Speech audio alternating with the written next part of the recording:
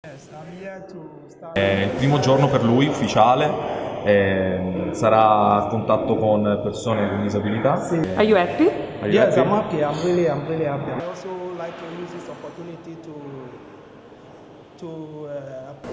Apprezza moltissimo questa opportunità, è un'opportunità che è nata anche da un percorso che lo ha spinto a lasciare il proprio paese. È un'opportunità enorme perché in questo modo restituisce qualcosa al nostro paese, un paese che lo ha salvato, gli ha salvato proprio la vita. Cosa vuoi fare da grande? Yes, I really want to work. Also, like to. Oltre a essere una grande opportunità, vuole essere un buon cittadino. Questo è secondo me una delle più grandi opportunità. Do you think you are lucky? Yes, I'm lucky. I'm very lucky because there are so many people who could not have such opportunity. I'm really glad about it, and I would also like to use the opportunity to. È molto grato per questa opportunità, in questo modo ha l'opportunità anche di aiutare gli altri e di dare qualcosa in cambio.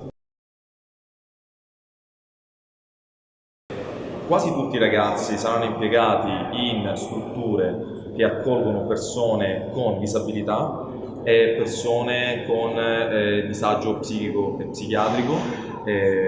Sono per la prima volta impiegati in queste sedi. Sarà molto bello vederli all'opera e vedere instaurare piano piano delle relazioni significative, delle relazioni che possono portare anche a dei risvolti inaspettati. Come ho già detto prima, è un'ottima occasione per vedere come può cambiare in positivo la vita sia per loro, sia per gli stessi volontari, sia per le persone che si ritrovano a dialogare con i volontari.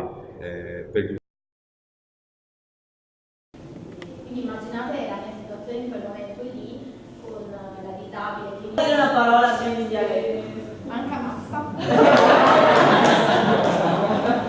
È stato difficile perché cercare di trovare un modo per entrare in comunicazione con una persona per gli occhi o semplicemente farti un sorriso per farti capire se sta bene, è disabile, è faticoso, ma è un'esperienza molto arricchente.